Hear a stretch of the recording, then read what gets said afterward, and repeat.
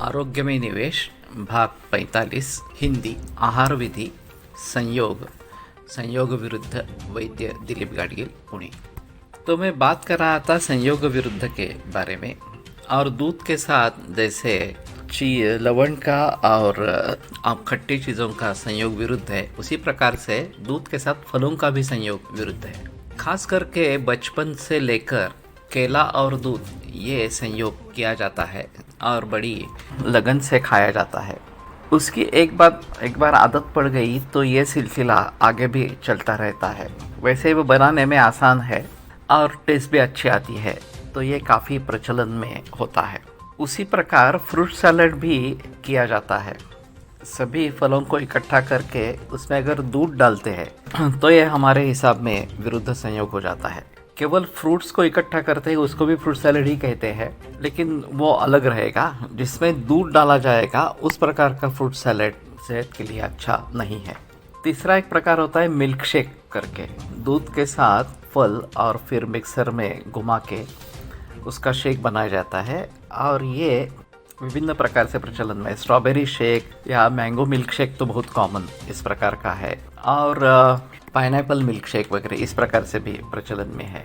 वैसे देखा जाए तो मैंगो मिल्क शेक जो है आम के साथ बनाया जाता, उसके लिए एक रेफरेंस आगे योग रत्नाकर में आया है कि ये दूध का मित्र है आम्र जो है वो, और फिर वो चल सकता है। लेकिन मूल चरक वचन जो है वो आम्र का दूध से विरोध है इसी प्रकार का है, तो हम उसी को आगे लेकर चलते हैं। लेकिन वैसे भी आम जो है वो एक ठराविक सीजन में होता है और ज़्यादा सेवन नहीं होता। फिर भी आम की खेती के बारे में जानकारी होना बहुत ज़रूरी है। कोकण गोवा यहाँ से जो आम पैदा होते हैं उसमें हेवी पेस्टिसाइड्स है और फिर केमिकल पेस्टिसाइड्स का बहुत बड़े पैमाने पर प्रयोग होता है। तो बेहतर है कि नैसर्गिक आम अगर मिले तो वही सेवन करें। ये जो अभी जल्दी आम लाते हैं, फरवरी में जनवरी में भी आम बाज़ार में आता है, वो तो सेवन करना बिल्कुल गलत इस प्रकार की बात है और उसका फिर दूध के साथ सेवन करना भी निषिद्ध है। लेकिन कदाचित कभी एक आध बार आपने खा लिया तो अलग बात है, उससे ज़्यादा नुकसान तो नहीं होगा। दूसरा एक बात होती है कि नेचुरल आइसक्रीम इस प्रकार से, इसका एक ब्रांड भी है और उनका कहना है कि दूध के साथ फल ये मार्केट करते हैं, आइसक्रीम के साथ फल मार्केट करते हैं और दोनों नेचुरल है तो दोनों के अच्छे गुण मिलेंगे। लेकिन ऐसा नहीं होता। दूध के साथ इस प्रकार से फल डालना आइसक्रीम में ये भी निषिद्ध इस प्रकार का होगा। एक आध बार आपने कभी खाया तो ज़्यादा तकलीफ वाली बात नहीं है। लेकिन इसमें फ्लेवर्स भी डाले जाते हैं, जैसे ग्वावा पेरू जो है उसका दूध के फ्लेवर डाल के आइसक्रीम बनाया जाता है और उसमें नमक और तीखा डालकर भी वो खाते हैं, तो ये भी निषिद्ध है वास्तव में।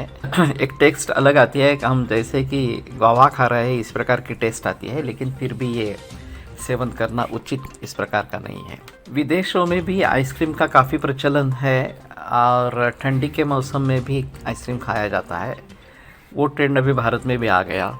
आइसक्रीम के दुकान जो होते थे वो आइसक्रीम पार्लर्स वो सीजनल होते थे, अभी ये बारहमाही हो गए। कभी भी आपको बरस में आइसक्रीम मिलता है और वो खाने वाले लोग भी हैं इस प्रकार से। तो ये तो गलत है और ये काल विरुद्ध इस प्रकार का कहा जाता है।